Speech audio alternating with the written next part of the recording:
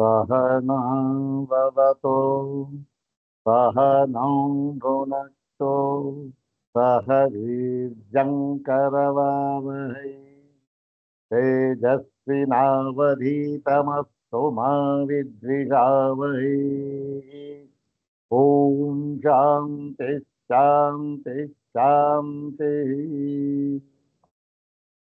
श्रुतिस्मृतिपुराणानाम् आलयं करुणालयं नमामि भगवत्पादं शङ्करं लोकशङ्करं नमामि भगवत्पादशङ्करं लोकशङ्करं वन्दे तं सच्चिदानन्दं यतिवर्यं महामतिं वेदवेदान्तसारज्ञं सद्गुरुं प्रणतोऽस्म्यहम् सदाशिवसमारम्भां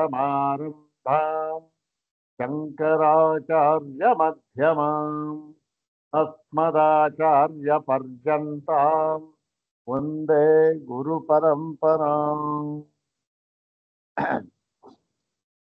अग्रे उपस्थितेभ्यः भवद्भ्यः सर्वेभ्यो जिज्ञासुभ्यः हार्दान् प्रणामान् समर्पयामि।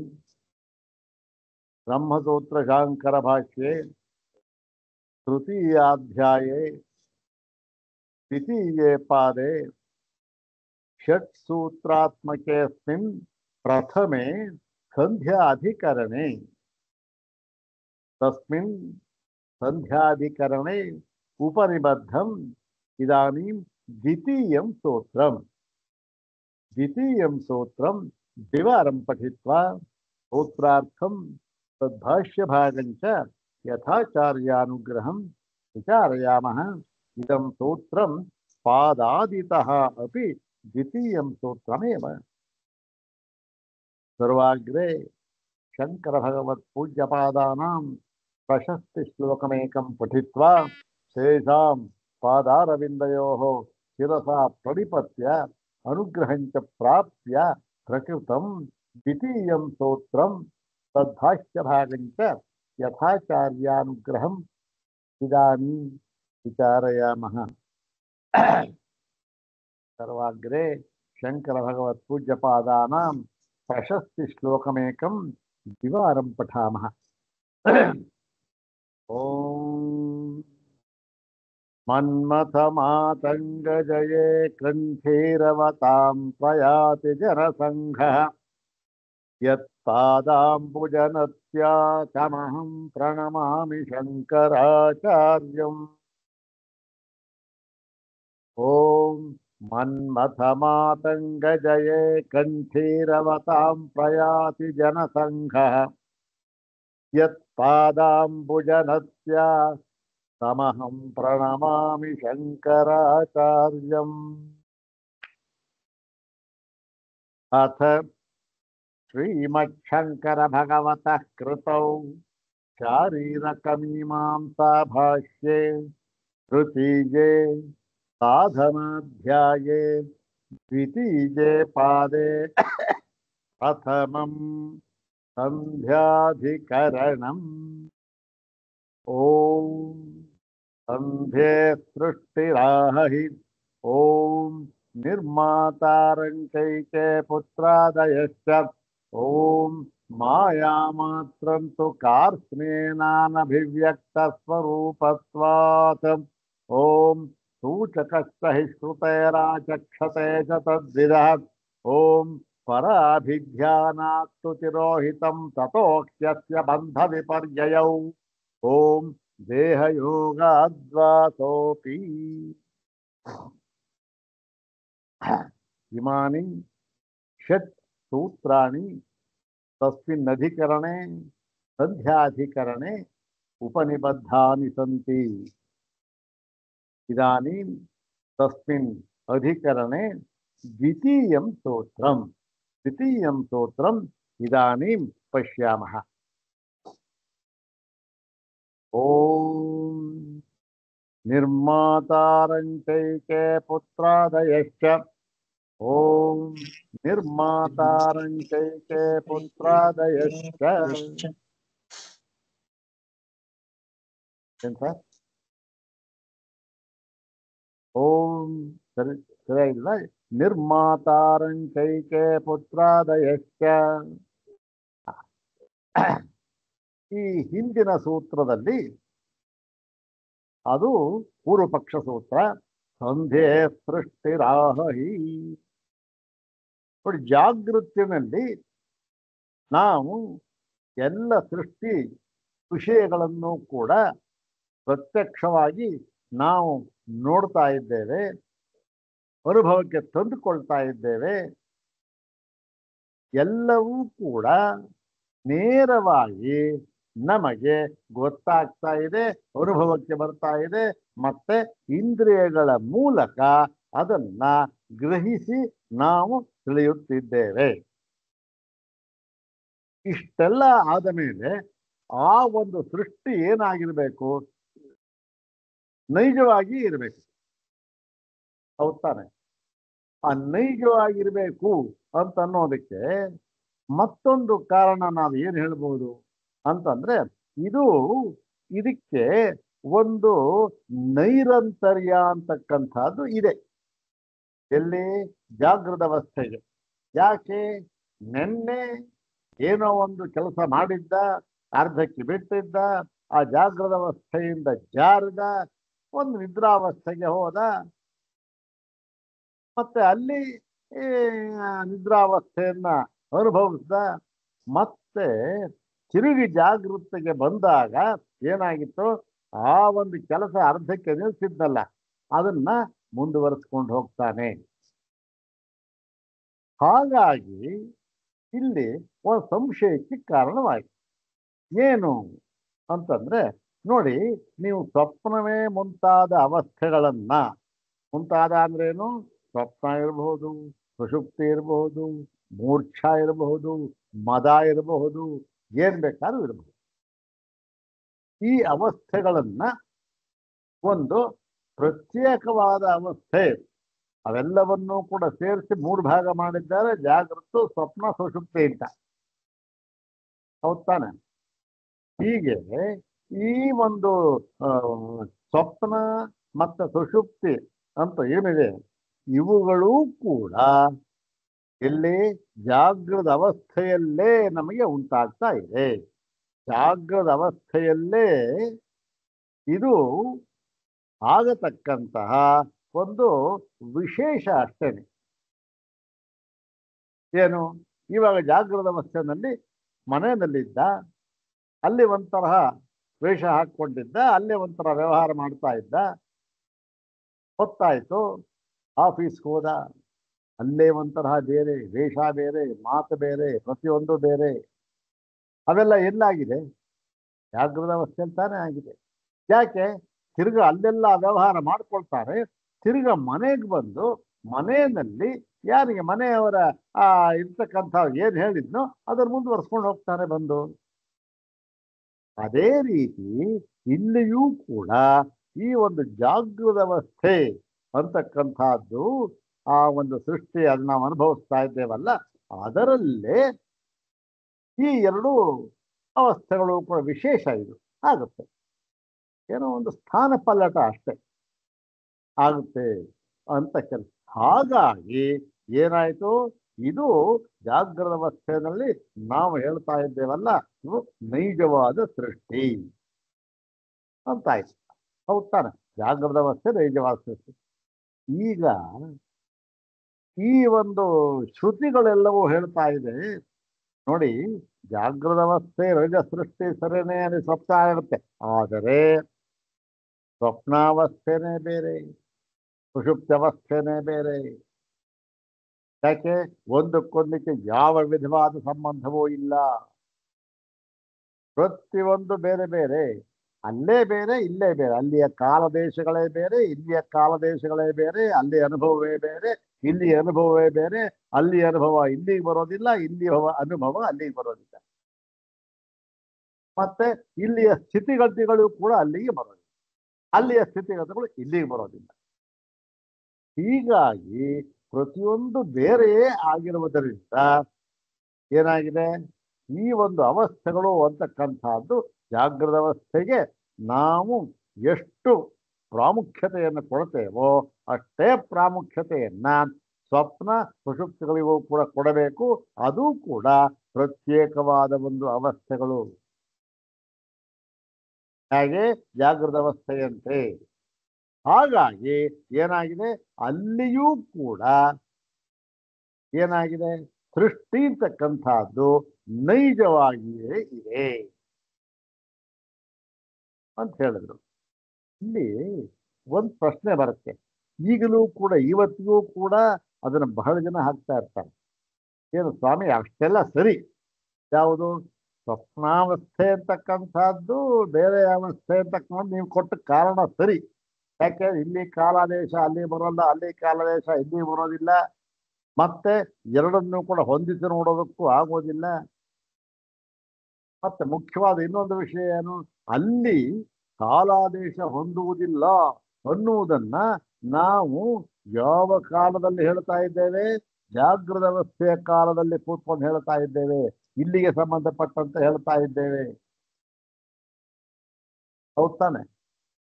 ಈಗ ನೋಡಿ, ನಾವು ಇಲ್ಲಿ ಇಲ್ಲಿ ಕೂತ್ಕೊಂಡು ಏನ್ ಹೇಳ್ತೇವೆ ನೋಡ್ರಿ, ಯಾವುದೋ ಒಂದು ಲೋಕ ಇದೆಯಂತೆ, ಅಲ್ಲಿ ಈ ನಮ್ಮ ಒಂದು ದಿವಸ ಅಂತ ಇದೆಯಲ್ಲ, ಆ ಒಂದು ದಿವಸದಲ್ಲಿ ಸೂರ್ಯ 3 ಸಲ ಹುಟ್ಟಾನಂತೆ, 3 ಸಲ ಮುಳುಗ್ತಾನಂತೆ ಅಂತ ಹೇಳ್ತಾರೆ.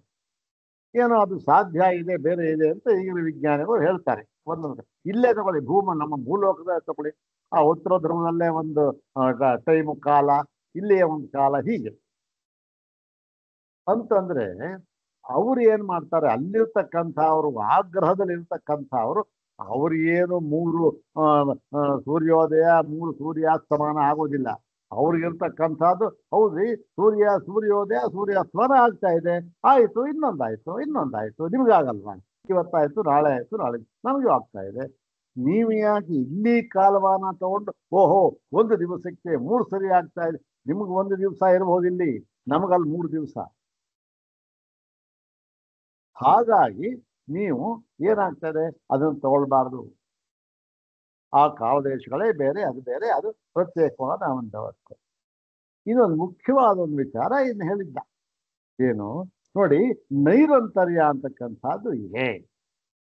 ಎಲ್ಲಿ ಇವತ್ತು ಏನೋ ಒಂದು ಅರ್ಧ ಮಾಡ್ದ ಯಾವುದೋ ಒಂದು ಕೆಲಸನ, ಒಂದು ಇವಾಗ ಪುಸ್ತಕನ ತಗೊಳ್ಳಿ, ಇವತ್ತು ಏನ್ ಮಾಡಿದ್ದ, ಈ ಒಂದು 2ನೇ ಆ ಸೂತ್ರನ ಅಧ್ಯಯನ ಮಾಡಿದಾಗ ಏನಾಯ್ತು, ಯಾವಾಗಲೂ ಮಾಡ್ತಾ ಇದ್ದ, ಅರ್ಧ ಓದ್ದ ಭಾಷ್ಯನ, ಯಾವುದ್ರಲ್ಲಿ 2ನೇ ಸೂತ್ರದಲ್ಲಿ ಅರ್ಧ ಭಾಷ್ಯ ಓದ್ಬಿಟ್ಟು ಏನ್ ಮಾಡ್ದ, ಅಷ್ಟೊತ್ತಿಗೆ ಏನಾಯ್ತು, ತೂಕುಡಿಕೆ ಬಂದ್ಬಿಡ್ತು ಅಂತ ಕಲ್ಪನೆ ಮಾಡ್ಕೊಳ್ಳೋಣ.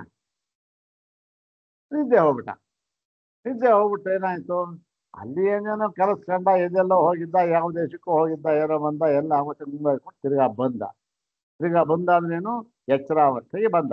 ಎಚ್ಚರ ಆಯ್ತು, ಎಚ್ಚರವಾಗಿ ಬಂದ ಮೇಲೆ ನೋಡ್ತಾನೆ, ಅಯ್ಯಯ್ಯೋ ಇದನ್ನ ಅರ್ಧ ಬಿಟ್ಬಿಟ್ಟಿದ್ದೆ, ತಾಳಪ್ಪ ಅಂದ್ಬಿಟ್ಟು ಏನ್ ಮಾಡ್ತಾನೆ, ಯಾವ ಒಂದು ಪದದಿಂದ ಅವನ ಪದದ ಮೂಲಕ ಅವ್ನು ನಿದ್ದೆ ಹೋಗ್ಬಿಟ್ಟಿದ್ನೋ, ಆ ಒಂದು ಕೊನೆಯ ಸ್ವಪ್ನಾವಸ್ಥೆ ಎಲ್ಲಿದೆ ಸ್ವಾಮಿ? ಇವತ್ತು ಆ ಪ್ರಶ್ನೆ ಕೇಳ್ತಾ ಇದ್ದಾರೆ. ಸ್ವಪ್ನಾವಸ್ಥೆ ಎಲ್ಲಿದೆ? ನೀವು ಇವತ್ತು ಸ್ವಪ್ನದಲ್ಲಿ ಏನೋ ಒಂದು ಅರ್ಧ ಓದಿದ್ರಿ, ನಾಳೆ ಸ್ವಪ್ನದಲ್ಲಿ ಅಲ್ಲಿಂದ ಏನು ಅದನ್ನ ಮುಂದುವರಿಸ್ತೀರಾ? ಏನಿಲ್ವಲ್ಲ ಅಂತ ಕೇಳಿದ್ರೆ, ಹಾಗಾಗಿ ಇದಕ್ಕೆ ಉತ್ತರ ಹೇಳ್ತೀರಾ ನೀವು. ಅಲ್ಲಿಗೆ ಏನಾಯ್ತು, ಅದು ಒಂದು ಪ್ರತ್ಯೇಕವಾದ ಅವಸ್ಥೆ ಅಂತ ಅನ್ನೋದನ್ನು ಬಿಟ್ಟುಬಿಡಿ ಅಂತ ಕೇಳ್ತಾರೆ. ಅವರಿಗೆ ಇಲ್ಲಿ ನಾವು ಕೇಳೋದು ಇಷ್ಟೇನೆ, ನೋಡಿಯಪ್ಪ ಇಲ್ಲಿ ನೈರಂತರ್ಯ ಇಲ್ಲ ಅಂತ ಹೇಳ್ತಾ ಇದ್ದೀವಿ. ನೈರಂತರ್ಯ ಇಲ್ಲ ಅಂತ ಅನ್ನೋದನ್ನ ನೀವು ಎಲ್ಲಿ ಕೂತ್ಕೊಂಡು ಹೇಳ್ತಾ ಇದ್ದೀರಿ? ಜಾಗೃತ ಅವಸ್ಥೆಯಲ್ಲಿ. ಸ್ವಪ್ನಾವಸ್ಥೆಗೆ ಹೋಗಿ ನೋಡೋದಾದ್ರೆ ಅಲ್ಲಿ ನೈರಂತರ್ಯ ಅಂತಕ್ಕಂಥದ್ದು ಇದ್ದೇ ಇದೆ. ನೋಡಿ, ಉದಾಹರಣೆ ನೋಡಿ, ಇದೇ ಉದಾಹರಣೆ ತಗೊಳ್ಳಿ, ಸ್ವಲ್ಪ ವಿಶ್ಲೇಷಣೆ ಮಾಡ್ಬೇಕಷ್ಟೆ. ಈಗ ನಾವೇನ್ ಮಾಡಿದೆ, ಈ ಒಂದು ಉದಾಹರಣೆ ಹೇಳಿದ್ದು ಈಗ ಜಾಗೃತಿನಲ್ಲಿ. ಇದೇ ಉದಾಹರಣೆಯನ್ನ ನಾವು ಸ್ವಪ್ನದಲ್ಲಿ ತಗೊಳ್ಳೋಣ. ಏನು, ಹೀಗೆ ಸ್ವಪ್ನ ಆಯಿತು ನನಗೆ, ರಾತ್ರಿ ನಿದ್ರೆ ಹೋದೆ, ಸ್ವಪ್ನಾವಸ್ಥೆಯಲ್ಲಿದ್ದೀನಿ. ಸ್ವಪ್ನಾವಸ್ಥೆನಲ್ಲಿ ಏನು ಮಾಡಿದೆ, ಓಹೋ ಟೈಮ್ ಆಯಿತು, ಅಲ್ಲಿ ಎಷ್ಟಾಯಿತು, ಏನೋ ಒಂದು ಎಷ್ಟೋ ಟೈಮ್ ಆಯಿತು ಅಂದ್ಬಿಟ್ಟು ಈ ಒಂದು ಸೂತ್ರ ಭಾಷೆ ಪುಸ್ತಕ ತಗೊಂಡೆ. ಎಲ್ಲಿ, ಸ್ವಪ್ನಾವಸ್ಥೆಯಲ್ಲಿ. ಜ್ಞಾಪಕ ಇಟ್ಕೊಳ್ಳಿ, ಸ್ವಪ್ನಾವಸ್ಥೆಯಲ್ಲಿ ಸೂತ್ರ ಭಾಷೆ ಪುಸ್ತಕ ತಗೊಂಡೆ, ನೋಡಿದೆ, ತೆಗೆದೆ. ಓಹೋ, ಅಲ್ಲಿ ಏನು ಮಾಡ್ತೀರಿ, ಸ್ವಪ್ನಾವಸ್ಥೆಯಲ್ಲಿ ತಗೊಂಡ ತಕ್ಷಣ ನೆನ್ನೆ ಸಂಧ್ಯೆಯ ಸೃಷ್ಟಿದ ಹಾಗೆ ಆಗಿತ್ತಲ್ಲ, ಇವತ್ತು ಎರಡನೇ ಸೂತ್ರ ನಿರ್ಮಾತಾರಂಚಯಕ್ಕೆ ಅಂತ ಓದಬೇಕು ಅಂತ ಹೇಳ್ಬಿಟ್ಟು ಸ್ವಪ್ನದಲ್ಲಿಯೂ ಕೂಡ ಆ ಸ್ವಪ್ನದ ಹಿಂದಿನ ಜಾಗೃತ ಅವಸ್ಥೆಯಲ್ಲಿ, ಸ್ವಪ್ನಾವಸ್ಥೆಯಲ್ಲೇ ಇದ್ದೀರಿ, ಅಲ್ಲೇ ಇದ್ದೀರಿ ಅಂತ ಇಟ್ಕೊಬೇಡಿ. ಅಲ್ಲಿ ಆ ಹಿಂದಿನ ಜಾಗೃತ ಅವಸ್ಥೆಯಲ್ಲಿ ಎಲ್ಲಿಂದ ನಿಲ್ಸಿದ್ನೋ ಅಲ್ಲಿಂದಲೇ ನೀವು ಮುಂದುವರಿಸ್ಕೊಂಡು ಹೋಗ್ತೀರ. ಮತ್ತೆ ಈಗ ಓದ್ತಾ ಇದ್ದ ಎರಡನೇ ಸೂತ್ರನ ಎಲ್ಲಿ, ಸ್ವಪ್ನಾವಸ್ಥೆಯಲ್ಲಿ ನೋಡ್ತಾ ಇದ್ದ ಆ ಸೂತ್ರದಲ್ಲಿ ಅರ್ಧ ಬಂದ, ನಿದ್ದೆ ಬಂದ್ಬಿಡ್ತು. ಎಲ್ಲಿ ನಿದ್ದೆ ಬಂತು ಅವನಿಗೆ, ಸ್ವಪ್ನಾವಸ್ಥೆಯಲ್ಲಿ ನಿದ್ರೆ ಬಂದ್ಬಿಡ್ತು.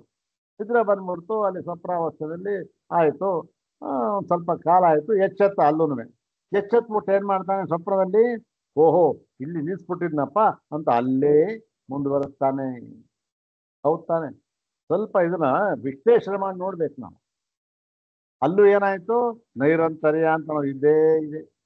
ನಾವೇನ್ ಮಾಡಿದ್ವಿ, ಇಲ್ಲಿಗೆ ಈ ಅವಸ್ಥೆಗೆ ಅದನ್ನ ಹೋಲಿಸ್ಕೊಂಡ್ಬಿಟ್ಟು ಎಲ್ರಿ ಇದೆ ನೈರಂತರ್ಯ, ಇಲ್ಲಿ ಮುಂದುವರಿಸ್ತಾನೆ. ಈ ಜಾಗ್ರದ ಅವಸ್ಥೆನಲ್ಲೇನೆ. ಹೌದಾನೆ? ಆ ಸ್ವಪ್ನಾವಸ್ಥೆಯಲ್ಲಿ ಕೂತ್ಕೊಂಡು ಅವನು ಹೇಳ್ತಾನೆ, ಅವನು ಏನು, ಯಾವ ನೈರಂತರ್ಯ ಇದೆ, ನಾನು ನನ್ನ ಅಲ್ಲಿ ನಿಲ್ಸಿದ್ದೆ, ಇದರಿಂದ ಮುಂದುವರಿಸ್ತಾ ಇದ್ದೀನಿ ಅಷ್ಟೇ ಅಂತ ಹೇಳ್ತಾನೆ. ಹಾಗಾಗಿ ಈ ನೈರಂತರ್ಯ ಅಂತಕ್ಕಂಥದ್ದು ಈ ನಾವು ವಿಶ್ಲೇಷಣೆ ಮಾಡೋದಲ್ಲ, ಅದು ಸರಿಯಾದ ವಿಶ್ಲೇಷಣೆ ಅಲ್ಲ. ಅಲ್ಲೂ ಕೂಡ ನೈರಂತರ್ಯ ಅಂತಕ್ಕಂಥದ್ದು ಇದ್ದೇ ಇದೆ. ಹೌದ್ ತಾನೆ? ಹಸುನ ತಗೊಂಬಂದ, ಆ ಒಂದು ತಂದ ಕಟ್ಟಾಕ್ದ, ಎಲ್ಲಿಂದಲೂ ಹೊಡ್ಕೊಂಬಂದಿದ್ದ. ಎಲ್ಲಿ, ಸ್ವಪ್ನಾವಸ್ಥೆನಲ್ಲಿ ಹಸು ತಗೊಂಬಂದಿದ್ದ, ಕಟ್ ಹಾಕ್ದ, ನಿದ್ರೆ ಬಂದ್ಬಿಡ್ತು. ಪಾಪ ಅಲ್ಲಿಂದ ಹೊಡ್ಕೊಂಬಂದಿದ್ದ, ನಿದ್ರೆ ಬಂತು, ಮಲಗ್ಬಿಟ್ಟ. ಏನ್ ಮಾಡ್ದ, ಅದೇ ಹಸುವಿಗೆ ಅಯ್ಯಯ್ಯೋ ನಾನು ಮೇವು ಹಾಕೋದನ್ನೇ ಮರೆತು ಬಿಟ್ಟಿದ್ದೆ ಅಂತ ಹೇಳ್ಬಿಟ್ಟು ಅದಕ್ಕೆ ಮೇವು ಕೊಡ್ತಾನೆ. ಕಂಟಿನ್ಯೂಟಿ ಅಂತಕ್ಕಂಥದ್ದು, ನೈರಂತರ್ಯ ಅಂತಕ್ಕಂಥದ್ದು ಅಲ್ಲೂ ಇದ್ದೇ ಇದೆ. ಅದು ಪ್ರತ್ಯೇಕವಾದ ಅವಸ್ಥೆ ಅಂತ ಹೇಳಿ ಆ ಪ್ರತ್ಯೇಕವಾದ ಅವಸ್ಥೆ ಅಂತ ಸಿದ್ಧ ಮಾಡಿದ ಮೇಲೆ ಈ ಒಂದು ಸಂಶಯ ಬಂತು. ಏನು ಆಯ್ತು, ಅಲ್ಲಿ ಎಲ್ಲ ಸೃಷ್ಟಿ ಇತ್ತಲ್ಲ, ಅದು ಮಾಡ್ದ, ಇದು ಮಾಡ್ದ, ವ್ಯವಹಾರ ಮಾಡ್ದ, ಅದು ಕೂಡ ಈ ಜಾಗೃತ ಅವಸ್ಥೆಯಂತೆ ಎಂಥದ್ದು ತಥ್ಯ ಸೃಷ್ಟಿ. ಅದೇನು, ತಸ್ಮಿನ್ ಸ್ವಪ್ನಕಾಲೆ ಅಥವಾ ತಸ್ಯಾಂ ಸ್ವಪ್ನಾವಸ್ಥಾಯಾಂ ಸರ್ವಾ ಅಪಿ ಸೃಷ್ಟಿ ತಥ್ಯರೂಪ ಏವ. ಅಲ್ಲೂ ಇದೆ.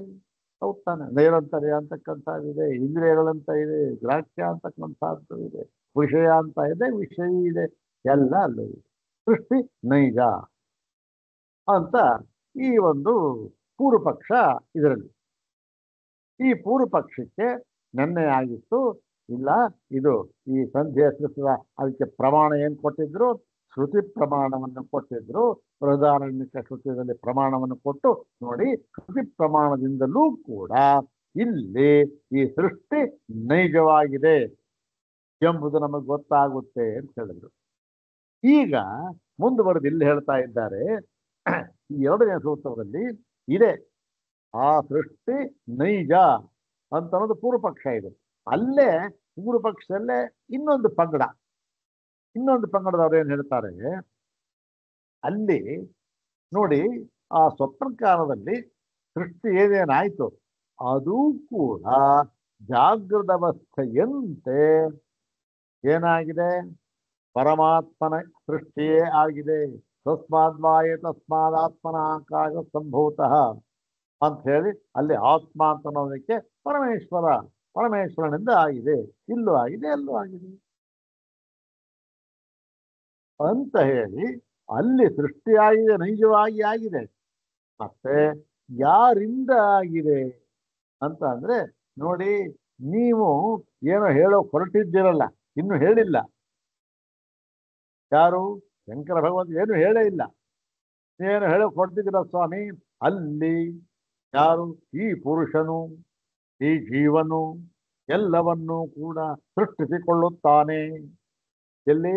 ಅನಿದ್ರಾವಸ್ಥೆಯಲ್ಲಿ ಎಲ್ಲವೂ ಅವನೇ ಸೃಷ್ಟಿಸಿಕೊಳ್ತಾನೆ ಅಂತಕ್ಕಂಥದ್ದನ್ನು ಹೇಳಿದ್ರಲ್ಲ, ಅದು ಸರಿ ಇಲ್ಲ ಸ್ವಾಮಿ. ಅಲ್ಲಿಯೂ ಕೂಡ ಈಶ್ವರನೇ ಸೃಷ್ಟಿಕರ್ತ.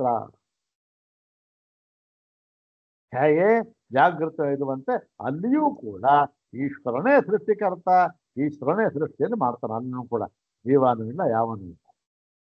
ಜೀವನೇ ಸೃಷ್ಟಿ ಮಾಡ, ಅವನೇ ಸೃಷ್ಟಿ ಮಾಡ್ತಾನೆ ಅಂತಕ್ಕಂಥ ಭಾಗ ಇವತ್ತಿನ ಭಾಗ ನೋಡೋಣ. ಇದು ಯಾಕೆಂದ್ರೆ ಇಷ್ಟೊಂದು ವಿಸ್ತಾರವಾಗಿ ಹೇಳ್ತಕ್ಕಂಥ ಅಗತ್ಯ ಇದೆಯೋ ಇದೋ ಗೊತ್ತಿಲ್ಲ. ಆದರೆ ಇದನ್ನ ವಿಸ್ತಾರವಾಗಿ ನಮ್ಮ ತಲೆ ಒಳಗೆ ಹೋಗ್ಬೇಕು. ನೋಡಿ, ಎಷ್ಟು ಹೇಳಿದ್ರೂ ಕೂಡ ನನಗೆ ಪದೇ ಪದೇ ಪದೇ ಪ್ರಶ್ನೆ ಹೇಳ್ತಾನೆ ಇರ್ತೀನಿ ಎಷ್ಟೋ ಜನಕ್ಕೆ. ಈಗ ಕೂಡ ಏನ್ರಿ ಈ ಜಾಗೃತ ವ್ಯವಸ್ಥೆನ ನೀವು ಇಲ್ಲಿ ನೋಡ್ರಿ, ನೆನ್ನೆ ಕೆಲಸ ಮಾಡಿದ್ದ ಮುಂದುವರ್ಸ್ಕೊಳ್ಳೋದು, ನೆನ್ನೆ ಇವತ್ತು ಸ್ವಪ್ನ ಕಣ್ಣಂತೆ ಅಲ್ಲಿ ಏನೋ ಮುಂದೆ ಮಾಡಿದಂತೆ ಇವತ್ತು ಸ್ವಪ್ನದಲ್ಲಿ ಮುಂದುವರ್ಸ್ಕೊಂಡು ಹೋಗ್ತಾನೆ ಹೇಳ್ತಾನೆ. ಅಲ್ಲ ಸ್ವಾಮಿ, ಇವತ್ತು ಸ್ವಪ್ನ ನಾಳೆ ಸ್ವಪ್ನ ಅಂತ ನಾವು ಎಲ್ಲಿ ಹೇಳ್ತಾ ಇದ್ದೀರಿ ನೀವು? ಇಲ್ಲಿ ಹೌದು ತಾನೆ? ಸ್ವಪ್ನದಲ್ಲೇನೆ ಏನ್ ಮಾಡ್ದ? ಇವಾಗ ಉದಾಹರಣೆ ನೋಡಿದ್ವಲ್ಲ ನಾವು. ಅರ್ಧ ಬಿಟ್ಟಿದ್ದ, ನಿದ್ರೆ ಹೋದ, ಸ್ವಪ್ನದಲ್ಲಿ ಎದ್ದ, ತಿರ್ಗ ಎಲ್ಲಿ ಬಿಟ್ಟಿದ್ನೋ ಅಲ್ಲಿ ಕಂಟಿನ್ಯೂ ಮಾಡ್ದ. ಬೇರಂತಾರೆ ಇದೆಯೋ ಇಲ್ವೋ ಅಂತ ಹೇಳಿದ್ರೆ ಅಷ್ಟು ಸುಲಭವಾಗಿ ತಲೆಗೆ ಹೋಗೋದಿಲ್ಲ. ಆದ್ದರಿಂದ ಇದನ್ನು ಸ್ವಲ್ಪ ಮತ್ತೆ ಮತ್ತೆ ಮತ್ತೆ ಆವೃತ್ತಿ ರಸಕೃದುಪದೇಶಾತ್ ಮುಂದೆ ಬರುತ್ತೆ ಸೂತ್ರ. ಯಾರಿಗೆ ಆವೃತ್ತಿ ಬೇಕು, ಯಾರಿಗೆ ಆವೃತ್ತಿ ಬೇಡ ಅಂತಕ್ಕಂಥದ್ದು ವಿಚಾರವನ್ನ ಬಹಳ ಒಂದು ಚರ್ಚೆ ಮಾಡಿದ್ದಾರೆ. ನೋಡೋಣ ಈಗ ಈ ಒಂದು ಈಶ್ವರನೇ ಅಲ್ಲಿ ಸೃಷ್ಟಿಕರ್ತ. ಎಲ್ಲಿ? ಸ್ವಪ್ನಾವಸ್ಥೆಯಲ್ಲಿ ಈಶ್ವರನೇ ಸೃಷ್ಟಿಕರ್ತ. ಜೀವ ಅವನೇನು ತಾನು ಎಲ್ಲವನ್ನು ನಿರ್ಮಿಸಿಕೊಳ್ಳುತ್ತಾನೆ ಅಂತ ಹೇಳಿದೆಯಲ್ಲ, ಅದು ಅದಕ್ಕೆ ಬೇರೆ ಅರ್ಥ ಮಾಡಬೇಕು ಅಷ್ಟೇ ಹೊರತು ಸೃಷ್ಟಿಕರ್ತ ಅಲ್ಲಿಯೂ ಕೂಡ ಈಶ್ವರನೇ ಅಂತಕ್ಕಂಥ ಇದು ಒಂದು ಪೂರ್ವಪಕ್ಷ. ನೈಜವೇ ಸೃಷ್ಟಿ ನೈಜ. ಆದರೆ ಆ ನೈಜವಾದ ಸೃಷ್ಟಿ ಯಾರಿಂದ ಆಗಿದೆ? ಜೀವನು, ಈ ಪುರುಷ ಜೀವ ಅಂತ ಅವನಿಂದಲ್ಲ, ಮತ್ತೆ ಈಶ್ವರನಿಂದೇ ಆಗಿದೆ ಅಂತ ಹೇಳಿ ಇದೊಂದು ಪೂರ್ವಪಕ್ಷ. ನೋಡೋಣ ಏನು. ಓಂ ನಿರ್ಮಾತಾರಂಚೈಕೆ ಪುತ್ರಾದಯಶ್ಚ, ಓಂ ನಿರ್ಮಾತಾರಂಚೈಕೆ ಪುತ್ರಾದಯಶ್ಚ, ನಿರ್ಮಾತಾರಂ ಚ ಏಕೆ ಪುತ್ರಾದಯಃ ಚ इति पंचपदात्मकमिदं सूत्रम्। अस्मिन् सूत्रे पंचपदानि वर्तन्ते। अन्वयस्तु एवं भवति।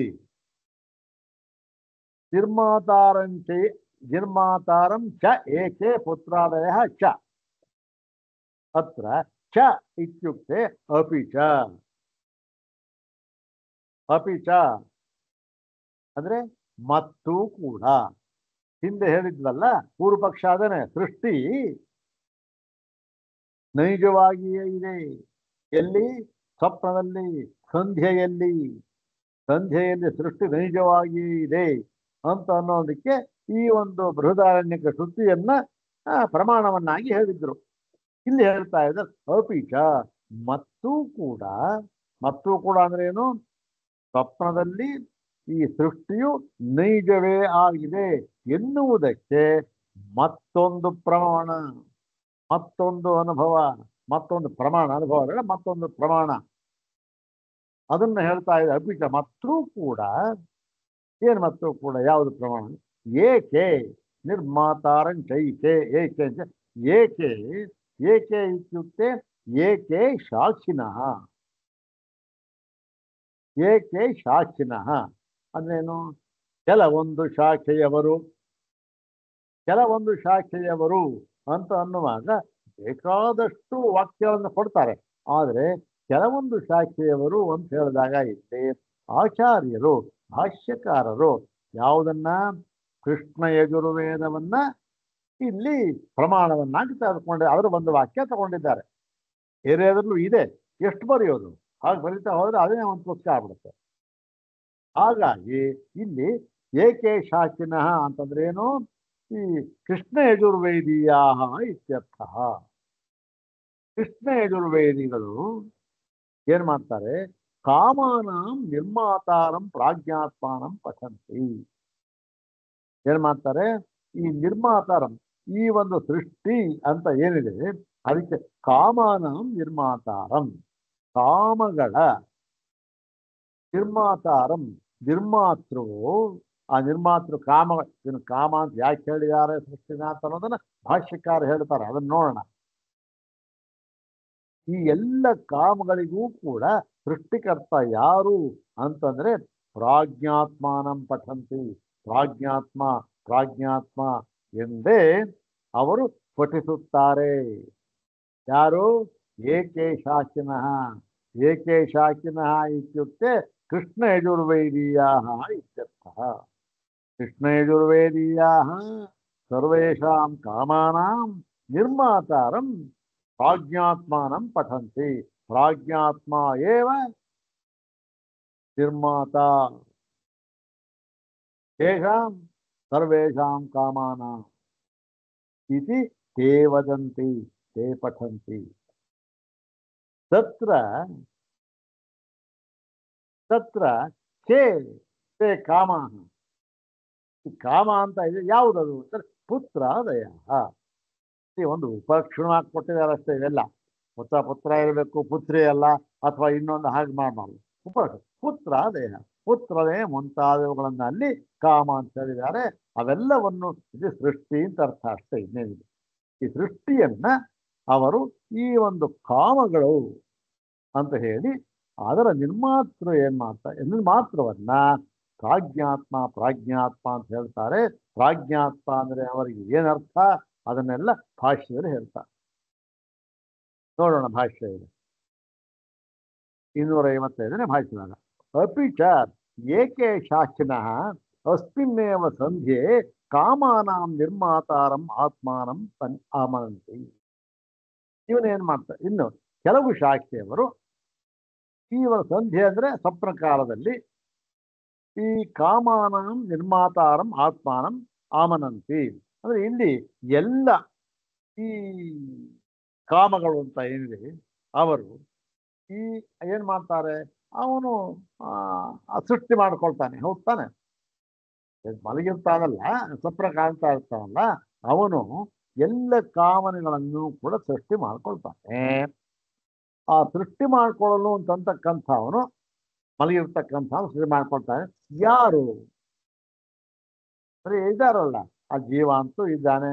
ಅಥವಾ ಅಲ್ಲಿ ಇರ್ತಕ್ಕಂಥ ಸ್ವಪ್ನಾವಸ್ಥೆಯಲ್ಲಿಯೂ ಕೂಡ ಇಂದ್ರಿಯ ಇರುತ್ತೆ, ಮನಸ್ಸಿರುತ್ತೆ, ಬುದ್ಧಿ ಇರುತ್ತೆ, ಅಹಂಕಾರ ಇರುತ್ತೆ. ಇಲ್ಲಿ ಸ್ವಪ್ನದಲ್ಲಿಯೂ ಕೂಡ ಇಲ್ಲಿ ಅಂತ ಎಲ್ಲೋ ಅಲ್ಲೂ ಇರುತ್ತೆ. ಯಾರು ಮಾಡ್ಕೊಳ್ತಾರೆ ಅನ್ನೋ ಪ್ರಶ್ನೆ ಬಂದಾಗ ಇಲ್ಲಿ ಪ್ರಾಜ್ಞಾತ್ಮ ಅಂತ ಹೇಳ್ತಾರೆ. ಆತ್ಮಾನಂ ಪಠ ಪ್ರಾಜ್ಞಾತ್ಮ ಅಂತ ಹೇಳ್ತಾರೆ. ಇಲ್ಲಿ ಏಕೆ ಶಾಖಿನ ಅಂತಂದಾಗ ಈ ಕೃಷ್ಣ ಯಜುರ್ವೇದ ಶಾಖೆ ಅಂತ ಹೇಗೆ ಗೊತ್ತಾಗತ್ತೆ ಅಂದ್ರೆ ಆಚಾರ್ಯರು ಆ ಒಂದು ಉಪನಿಷತ್ತಿನಿಂದ ಪ್ರಮಾಣ ವಾಕ್ಯವನ್ನ ತಗೊಂಡಿದ್ದಾರೆ. ಅದ್ಯಾವುದು? ಕಠ. ಅದ್ಯಾವುದು? ಕೃಷ್ಣ ಯಜುರ್ವೇದಕ್ಕೆ ಸಂಬಂಧಪಟ್ಟ ಒಂದು ಉಪನಿಷತ್ತು. ಆ ಶಾಖೆಯವರು ಏನ್ ಮಾಡ್ತಾರೆ? ಯಯೇಷ ಸೂಕ್ತೇಷು ಜಾಗರ್ತಿ ಕಾಮಂ ಕಾಮಂ ಪುರುಷೋ ನಿರ್ಭಿಮಾಣ ಅಂತ ಮಂತ್ರ ಇದೆ. ಹೋಗ್ತಾನೆ, ಕಠದಲ್ಲಿದೆ. ಈ ಇಲ್ಲಿ ಯಯೇಷು ಸುಪ್ತೇಷು ಅಂದ್ರೇನು? ಯೇಷು ಅಂತ ಯಯೇಷಃ ಸುಪ್ತೇಷು ಅಂದ್ರೆ ಯಾವ ಇವನು, ಯಯೇಷಃ ಸುಪ್ತೇಷು ಯಾವ ಇವನು, ಸುಪ್ತೇಷು ಅಂತಂದ್ರೇನು? ಈ ಒಂದು ಅನ್ಯೇಷು ಬೇರೆಯ ಪ್ರಾಣಾದಿಷು ಸುಪ್ತೇಷು. ಸುಪ್ತೇಷು ಅಂದ್ರೆ ಏನು?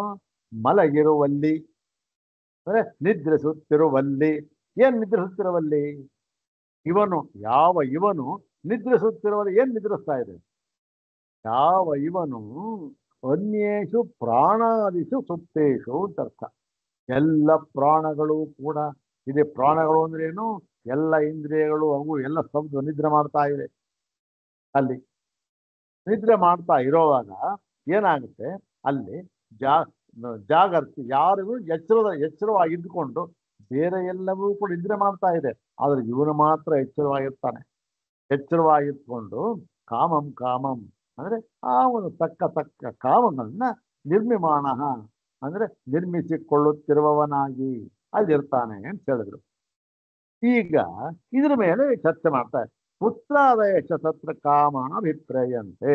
ಇಲ್ಲಿ ಕಾಮಂ ಕಾಮಂ ಅಂತ ಇರುವ ಕಾಮ ಅಥವಾ ಪುತ್ರಾದಯಶ ಇಲ್ಲಿಗೆ ಸಂಬಂಧಪಟ್ಟ ಹಾಗೆ ಪುತ್ರ ಮಕ್ಕಳೇ ಮುಂತಾದ. ಈ ಮಕ್ಕಳೇ ಮುಂತಾದವುಗಳು ಅಂತ ಹೇಗೆ ಗೊತ್ತಾಗುತ್ತೆ ನಿಮಗೆ ಅಂತಂದ್ರೆ, ಈ ಒಂದು ನೋಡಪ್ಪ, ಈ ಉಪನಿಷತ್ತಿನ ಒಂದು ಪೂರ್ವಾಪರ ನೋಡಿದಾಗ ಗೊತ್ತಾಗುತ್ತೆ. ಅಲ್ಲ ಸ್ವಾಮಿ, ಈ ಕಾಮ ಅಂತಂದ್ರೆ ಪುತ್ರಾದಯ ಅಂತ ನೀವು ಹೇಳಿಬಿಟ್ರಲ್ಲ, ಅಲ್ಲಿ ಇದೆ, ಅದಕ್ಕೆ ಬೇರೆ ಅರ್ಥ ಮಾಡ್ಬೇಕು ಸ್ವಾಮಿ. ಕಾಮ ಅಂದ್ರೆ ಏನು ಅರ್ಥ ಅದನ್ನ ಕೇಳ್ತಾ ಇದ್ದಾನೆ. ಪುತ್ರಾದಯ ತತ್ರ ಕಾಮ ಅಭಿಪ್ರಾಯಂತೆ ಕಾಮ್ಯಂತೆ. ನಾನು ಕಾಮ ಶಬ್ದೇನ ಇಚ್ಛಾ ವಿಶೇಷ ಏವ ಉಚ್ಚೇರನ್. ಅಲ್ಲ ಸ್ವಾಮಿ, ಕಾಮ ಅಂತಂದ್ರೆ ಪುತ್ರಾದಿಗಳು ಅಂತಾಗುತ್ತ. ಕಾಮ ಅಂತಂದ್ರೆ ಅದೊಂದು ಇಚ್ಛಾ ವಿಶೇಷ, ಅದು ಬಯಕೆ, ಹೌದಾನೆ. ಅದನ್ನ ಹೇಳಬೇಕು ಅಂದ್ಬಿಟ್ಟೆ ಪುತ್ರಾದಿಗಳು ಅಂದ್ಬಿಟ್ರ ನೀವು ಅಂತಂದ್ರೆ, ನೋಡಪ್ಪ, ಇಲ್ಲಿಯ ಸಂದರ್ಭಕ್ಕೆ ಅನುಗುಣವಾಗಿ ಅಲ್ಲಿ ಪೂರ್ವಾಪರವನ್ನ ವಿವೇಚನೆ ಮಾಡಿ ನಾವು ಹೇಳ್ತಾ ಇದ್ದೇವೆ ಅಷ್ಟೇ. ಏನು ಹಾಗಲ್ಲಪ್ಪ. ಯಾಕೆ ಅಂತಂದ್ರೆ, ಇಲ್ಲಿ ಯಾರನ್ನ ಕುರಿತು ಹೇಳ್ತಾ ಇದ್ದಾನೆ ಅಂತಂದ್ರೆ, ಇಲ್ಲಿ ಅವನು ನಚಿಕೇತರಿಗೆ ಹೇಳ್ತಕ್ಕಂಥ ಕಾಲದಲ್ಲಿ ಏನಂತ ಹೇಳ್ತಾನ, ನೋಡಪ್ಪ, ನಿನಗೆ ಏನು ಮಕ್ಕಳನ್ನ ಕೇಳ್ಕೊ, ಮೊಮ್ಮಕ್ಕಳನ್ನ ಕೇಳ್ಕೊ, ಮರಿ ಮಕ್ಕಳು, ಹೀಗೆ ಹೇಳ್ತಾನೆ. ಶತಾಯುಷ ಪುತ್ರ ಪೌತ್ರ ಮೃಣೀಶ್ವ ವಿತ್ತಂ ಚಿರಜೀವಿಕಾಂಚ ಅಂತ ಹೇಳಿ ಅಲ್ಲಿ ಶತಾಯುಷ ಪುತ್ರ ಪೌತ್ರ ಮೃಣೀಶ್ವ ಅಂತ ಹೇಳಿ ಅದು ಮುಂದೆ ಏನ್ ಹೇಳ್ತಾನೆ ಅವನು, ಕಾಮಾನಾಂತ್ವ ಕಾಮಭಾಜಂಕರೋಮಿ ಅಂತ ಹೇಳ್ತಾನೆ. ನಾವು ಕಟ್ಟದಲ್ಲಿ ಬರ್ತಕ್ಕಂಥ ನಮಗೆಲ್ಲ ಗೊತ್ತಿರ್ತಕ್ಕಂಥದ್ದು. ಇಲ್ಲಿ ಕಾಮಾನಾಂತ್ವ ಕಾಮಭಾಜಂಕರೋಮಿ ಅಂದ್ರೆ ಎಲ್ಲ ಆ ಕಾಮ ಯಾವ್ದಾಯ್ತು, ಪುತ್ರ ಪೌತ್ರಾದಿಗಳು ಅಂತ ಹೇಳಿದಾನೆ. ಆ ಕಾಮಗಳಿಗೆಲ್ಲ ನಿನ್ನನ್ನು ನಾನು ಅದಕ್ಕೆ ಒಡೆಯ, ಅದನ್ನು ಹೊಂದುವವನನ್ನಾಗಿ ಮಾಡುತ್ತೇನೆ ಅಂತ ಹೇಳ್ದ. ಯಾವ್ದನ್ನ? ಪುತ್ರ ಪೌತ್ರ ಮಣೀಪ ಅಂತ ಹೇಳಿ ಅಲ್ಲಿಗೆ ಅರ್ಥ ಮಾಡ್ತಾ ಇದ್ದೇವೆ. ಅದಕ್ಕೆ ಕಾಮ ಅಂತಂದ್ರೆ ಪುತ್ರ ಪೌತ್ರ ಪುತ್ರಾದಿಗಳು ಅಂತ ಹೇಳಿ ಇತಿ ಪ್ರಕೃತೇಶು.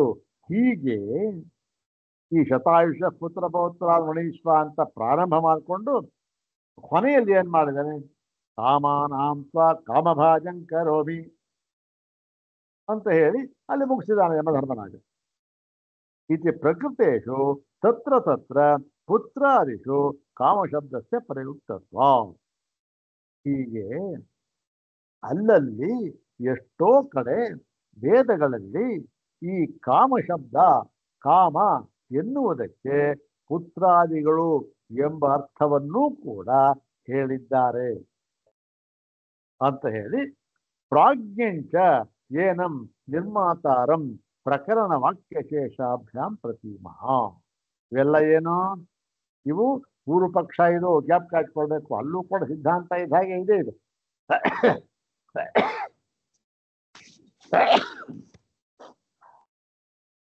ಪೂರ್ವ ಪಕ್ಷ. ಇದು ಅಲ್ಲೂ ಕೂಡ ಏನ್ ಹೇಳ್ತಾ ಅಲ್ಲೂ ಈ ಪ್ರಾಜ್ಞಂಚ ಏನು, ಅಲ್ಲಿ ಈ ಕಾಮಗಳನ್ನ ಪುತ್ರ ಪೌತ್ರ ನಿರ್ಮಿಮಾಣ ಅಂದ್ರೆ ಅವನು ಸೃಷ್ಟಿ ಮಾಡ್ಕೊಳ್ತಾನೆ ಅಂತ ಇದೆ.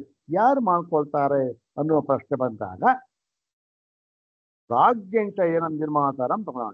ಈ ಪ್ರಕರಣ ವಾಕ್ಯಶೇಷ ಅದೇನು, ಕೊನೆಯಲ್ಲಿ ಹೇಗೆ ಉಪಸಂಹಾರ ಮಾಡಿದ್ದಾರೆ, ಏನು ಉಪಕ್ರಮ ಏನ್ ಮಾಡಿದ್ರು, ಉಪಸಂಹಾರ ಏನ್ ಮಾಡಿದ್ದಾರೆ ಅನ್ನುವುದನ್ನ ನಾವು ನೋಡಿದಾಗ ಏನು, ಉಪಕ್ರಮ ಉಪಸಂಹಾರಾಭ್ಯಾಂ ಇದಂ ಅವಗಮ್ಯತೆ. ಉಪಕ್ರಮ ಉಪಸಂಹಾರ ಅವನ್ನ ವಿಶ್ಲೇಷಿಸುವುದರಿಂದ ನಮಗೆ ಇದು ಗೊತ್ತಾಗುತ್ತೆ. ಏನಂತ ಗೊತ್ತಾಗುತ್ತೆ ಅಂದ್ರೆ ಪ್ರಾಜ್ಞಂಚಯೇನಂ ಜನ್ಮಾಕಾರಂ. ಇದು ಪ್ರಾಜ್ಞಾತ್ಮನು ಇವನನ್ನ ಇದೆಲ್ಲವನ್ನೂ ಕೂಡ ಜನ್ಮಿಸಿಕೊಳ್ಳುತ್ತಾನೆ. ಈ ಪ್ರಾಜ್ಞಾತ್ಮ ಅಂತಂದ್ರೆ ಯಾರು ಅಂತಂದ್ರೆ ಅಲ್ಲಿ ಹೇಳ್ತಾರೆ ಈ ಪ್ರಾಜ್ಞಾ ಅಂತ ಹೇಳುವಾಗ ನಮಗೆ ಏನಂತ ಗೊತ್ತಾಗತ್ತೆ. ಈ ಪ್ರಾಜ್ಞಾತ್ಮ ಅಂತಕ್ಕಂಥದ್ರೆ ಪರಿಚ್ಛಿನ್ನನಾದ ಒಬ್ಬ ಪ್ರಾಜ್ಞಾತ್ಮನೂ ಇದ್ದಾನೆ. ಅವನು ಪರಿಚ್ಛಿನ್ನ. ಅವನು ಯಾವುದಕ್ಕೆ ಪರಿಚ್ಛಿನ್ನನಾಗಿದ್ದಾನೆ? ಅವನು ಕೇವಲ ಸುಷುಪ್ತ್ಯವಸ್ಥೆಗೆ ಮಾತ್ರ ಬದ್ಧನಾಗಿದ್ದಾನೆ. ಸುಷುಪ್ತ್ಯವಸ್ಥಾ ಪರಿಚ್ಛಿನ್ನನಾದ ಆತ್ಮ ಅವನು. ಮತ್ತೆ ಇಲ್ಲಿ ನಾವೇನಂತ ತಿಳಿಬೇಕು ಅಂದ್ರೆ ಪ್ರಾಜ್ಞಾ ಅಂತ ಹೇಳುವಾಗ ನಾವು ಇಲ್ಲಿ ಪರಮಾತ್ಮ ಈಶ್ವರ ಅಂತ ಅರ್ಥ ಮಾಡಬೇಕು. ಯಾಕೆ ನೋಡಿ, ಹೇಗೆ ಇದು ಗೊತ್ತಿಲ್ಲದೆ ಏನು ಅರ್ಥ ಆಗ್ತದೆ? ಏನು ಗೊತ್ತಾಗುತ್ತೆ. ಪ್ರಾಜ್ಞಾ ಅಂದ್ರೆ ಪ್ರಾಜ್ಞಾತ್ಮ. ಅವನು ಯಾರು? ಸುಷುಪ್ತಿಗೆ ಒಡೆಯ, ಸುಷುಪ್ತಿ ಸ್ಥಾನಕ್ಕೆ ಒಡೆಯ ಅವನು. ಅಲ್ಲ. ಯಾಕೆ ಅಂದ್ರೆ ನೋಡಿ, ಮುಂದೆ ಇದಕ್ಕೆ ಇದೇ ಪ್ರಕರಣದಲ್ಲಿ ಯಮಧರ್ಮರಾಜ ಏನ್ ಹೇಳ್ತಾನೆ? ಆ ನಚಿಕೇತನ ಪ್ರಶ್ನೆಗೆ ಉತ್ತರವನ್ನು ಹೇಳ್ತಾನೆ. ಹೌದ್ ತಾನೆ? ನಚಿಕೇತನ ಪ್ರಶ್ನೆಗೆ ಸಮರ್ಪಕವಾಗಿ ಉತ್ತರವನ್ನು ಹೇಳ್ತಾನೆ. ನಚಿಕೇತನ ಪ್ರಶ್ನೆ ಯಾವುದು? ಇದೆಲ್ಲ ಯಾವುದು ಸಂಬಂಧಪಟ್ಟಿದೆ?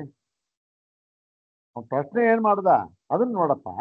ಏನದು ಅಂತಂದ್ರೆ ಇದು ಪೂರ್ವಪಕ್ಷ ನೋಡಪ್ಪ ಅಂತ ಹೇಳಿದ್ರೆ ಸಿದ್ಧಾಂತ ಅಲ್ಲ ಇದು.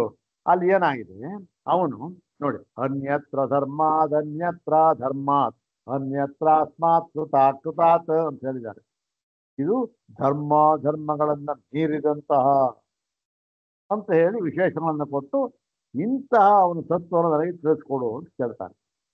ಅಂದ್ರೆ ಎತ್ತತ್ ಪಶ್ಯಸಿ ತದ್ವದ ಅದಿದೆಯಲ್ಲ, ನೀನು ಏನು ಕಂಡುಕೊಂಡಿದ್ದೀಯೋ ಅಷ್ಟೇ. ನೀನು ಕಂಡುಕೊಂಡಿದ್ಯಾನ ಅಲ್ಲಿ ಬರೀತಲ್ಲ ಏನು, ನೀನು ಯಾವ ರೀತಿ ಅದನ್ನ ಅನುಭವದಲ್ಲಿ ತಂದುಕೊಂಡಿದ್ದೀಯೋ ಅದನ್ನು ನನಗೆ ಹೇಳು ಅಂತ. ಬರೀ ಮುಂದೆ ಪುಸ್ತಕ ಏನೋ ಓದ್ಬಿಟ್ಟು ಹೇಳ್ಬಿಡು ಅಂತಲ್ಲ, ನೀನು ಅನುಭವಕ್ಕೆ ತಂದುಕೊಂಡಿದ್ದೀಯಲ್ಲಪ್ಪ ಅದನ್ನು ಹೇಳು ಅಂತ ಕೇಳಿ ಈ ಧರ್ಮಗಳನ್ನ ಮೀರಿದ ತತ್ವವನ್ನು ಕೇಳ್ತಾ ಇದ್ದಾರೆ. ಧರ್ಮಗಳನ್ನು ಮೀರಿದ ತತ್ವ ಯಾವುದು? ಈ ಪರಿಚ್ಛಿನ್ನನಾದ ಪ್ರಾಜ್ಞಾತ್ಮನೋ ಅಥವಾ ಏನೇನು ಅಪರಿಚ್ಛಿನ್ನನಾದ ಪ್ರಾಜ್ಞಾತ್ಮನೋ? ಅಪರಿಚ್ಛಿನ್ನನೇ ಹೌದು. ಯಾಕೆ? ಅವನು ಪರಿಚ್ಛಿನ್ನ ಅವನು. ಹಾಗಾಗಿ ಏನಾಗಿದೆ, ಇದು ಅನ್ಯತ್ರ ಧರ್ಮ ಅಂತ ಇರೋದ್ರಿಂದ ಇಲ್ಲಿ ಪರಮಾತ್ಮ ಈಶ್ವರ ಅಂತ ಹೇಳಿ ಅವನು ನಿರ್ಮಾಣ ಮಾಡ್ತಾನೆ ಎಲ್ಲವನ್ನೂ. ಏನು ಕಾಮಂ ಎಲ್ಲವನ್ನೂ ಕೂಡ ಸೃಷ್ಟಿಯನ್ನು ನಿರ್ಮಾಣ ಮಾಡ್ತಾನೆ. ಸ್ವಪ್ನದಲ್ಲಿ ಈಶ್ವರ ನಿರ್ಮಾಣ ಮಾಡ್ತಾನೆ. ಹಾಗಾಗಿ ಏನಾಗಿದೆ, ಅದು ಸತ್ಯ ಸೃಷ್ಟಿ. ಆ ಸೃಷ್ಟಿಯು ಸತ್ಯವಾಗಿಯೇ ಇದೆ. ಸ್ವಪ್ನದಲ್ಲಿಯೂ ಕೂಡ ಸತ್ಯವಾಗಿಯೇ ಇದೆ. ಇಲ್ಲ ದ್ವೈತ ವೇದಾಂತಗಳು ಇದನ್ನೇ ಹೇಳೋದು. ನೋಡಿ, ಇದಕ್ಕೆ ಸರಿಯಾಗಿದೆ. ಅವನು ಪ್ರಮಾಣ ಕೊಟ್ಟ, ಎಲ್ಲ ಕೊಟ್ಟ. ಇದು ದ್ವೈತ ವೇದಾಂತ ಇದನ್ನೇ ಹೇಳ್ತಾರೆ. ಇರ್ಲಿ ನೋಡೋಣ. ಇತ್ಯಾದಿ ತದ್ವಿಷಯ ಏವಚ ವಾಕ್ಯಶೇಷೋಪಿ ತದೇವ ಶುಕ್ರಂ ತದ್ ಬ್ರಹ್ಮ ತದೇವಾಮೃತ ಮುಚ್ಯತೆ. ನೋಡಿ, ಅನ್ಯತ್ರ ಧರ್ಮ ತನ್ನನಾಗ ಧರ್ಮಗಳನ್ನು ಮೀರಿದ ತತ್ವ ಅಂತ ಹೇಳಿದ್ವಿ. ಆದ್ದರಿಂದ ಏನಾಗಿರ್ಬೇಕು? ಅವನು ಈಶ್ವರ ಅಂತ ಇರ್ಬೇಕು ಅಂತ ಹೇಳಿದ್ವಿ. ಮತ್ತೆ ಇನ್ನೂ ಮುಂದುವರೆದಲ್ಲೇ ಹೇಳಿದ್ದಾರೆ. ಅದನ್ನು ನೋಡಿ ಏನಂತ, ತದೇವ ಶುಕ್ರಂ ತದ್ ಬ್ರಹ್ಮ. ಶುಕ್ರಂ ಇತ್ಯುಕ್ತೆ ಶುಭ್ರಂ ಅಂದ್ರೇನು? ಯಾವ ಅವಿದ್ಯಾ ಕಲ್ಮಶವೂ ಕೂಡ ಇಲ್ಲದೆ ಇರತಕ್ಕಂತಹವನು ತದ್ ಬ್ರಹ್ಮ. ಯಾಕೆ? ಬ್ರಹ್ಮತೇರ್ಧಾತೋದರ್ಥಾನುಗಮಾತ್. ಅವನು ಬ್ರಹ್ಮ. ಇದೆಲ್ಲ ಯಾರಿಗೆ? ತದೇವಾಮೃತ ಮುಚ್ಯತೆ. ಅದು ಅಮೃತ. ಇವೆಲ್ಲ ಯಾರು ಹೊಂದುತ್ತೆ? ಪರಿಚ್ಛಿನ್ನನಾದ ಪ್ರಾಜ್ಞಾತ್ಮನಿಗೋ ಅಥವಾ ಅಪರಿಚ್ಛಿನ್ನನಾದ ಪ್ರಾಜ್ಞಾತ್ಮನಿಗೋ? ಅಪರಿಚ್ಛಿನ್ನನಾದ ಪ್ರಾಜ್ಞಾತ್ಮನ ಹೊಂದುತ್ತೆ. ಹಾಗೆ ತಸ್ಮಿನ್ ಲೋಕಾದಿ ನಾಂತೇಳಿ ಅಂತೇಳಿ ಪ್ರಾಜ್ಞಕರ್ತೃಕಾಚ ಸೃಷ್ಟಿ ಸತ್ಯರೂಪ ಸಮಾಧಿಗತ ಅಂತ ಇದೆ. ಇಲ್ಲಿ ತಪ್ಪು. ಇದು ಸಮಧಿಗತ ಅಂತ ಇರ್ಬೇಕು. ಅಲ್ಲೂ ತಪ್ಪಿದ್ರೆ ತಿದ್ದುವ ಮಾಡಬೇಕಾಗ್ತದೆ. ತಥ್ಯರೂಪ ಸಮಧಿಗತ. ಹೀಗೆ ಈ ಪ್ರಾಜ್ಞಕರ್ತೃಕ ಸೃಷ್ಟಿ ಅಂದ್ರೆ ಈ ಪ್ರಾಜ್ಞಾತ್ಮನಿಂದ ಈ ಸೃಷ್ಟವಾಗಿರತಕ್ಕಂತಹ ಎಲ್ಲ ಸೃಷ್ಟಿಗಳೂ ಕೂಡ ಏನಾಗಿದೆ, ನೈಜವಾಗಿಯೇ ಇದೆ ಎಂಬುದಾಗಿ ಇಲ್ಲಿ ಸಿದ್ಧವಾಯಿತು ಅಂತ ಹೇಳಿ, ತಥಾ ಸ್ವಪ್ನಾಶ್ರಯಾಪಿ ಸೃಷ್ಟಿ ಭವತಿ. ಹೇಗೆ ನೋಡಿ, ಸ್ವಪ್ನಲೋಕ ಈ ಒಂದು ಪ್ರಾಜ್ಞಕರ್ತೃಕ ಇದರ ಸೃಷ್ಟಿ, ತಥಾ ಅದೇ ಹಾಗೆ ಸ್ವಪ್ನಾಶ್ರಯಾಪಿ ಸೃಷ್ಟಿ ಭವತಿ. ಅಂದ್ರೆ ಈ ಒಂದು ಪ್ರಾಜ್ಞಾತ್ಮನ ಸೃಷ್ಟಿ ಜಾಗೃತ ಅವಸ್ಥೆಯಲ್ಲಿ ಆಗ್ತಾ ಇದೆ. ಈ ಸೃಷ್ಟಿ ಜಾಗೃತ ಅವಸ್ಥೆಯಲ್ಲಿ ಆಗ್ತಾ ಇದೆ. ಇಲ್ಲಿ ನಚಿಕೇತ, ಯಮ ಇವರೆಲ್ಲ ಜಾಗೃತ ಅವಸ್ಥೆಯಲ್ಲಿ ಹೇಳಿದಂತಹವರು, ಇದ್ದಂಥವರು. ಹಾಗಾಗಿ ಏನಾಗಿದೆ, ಅಲ್ಲಿ ಈ ಒಂದು ಸೃಷ್ಟಿ ಅಂತಕ್ಕಂಥದ್ದು ಈಶ್ವರ ಸೃಷ್ಟಿ ಅಂತ ಸಿದ್ಧವಾಯಿತು. ಈಶ್ವರ ಸೃಷ್ಟಿ ಅಂತ ಆದಮೇಲೆ ಸತ್ಯರೂಪ ಸೃಷ್ಟಿ ಅಂತ ಆಯಿತು. ಅದೇ ರೀತಿ ಸ್ವಪ್ನಾಶ್ರಯಾಪಿ ಸೃಷ್ಟಿ ಭವಿತು ಬರಂತಿ.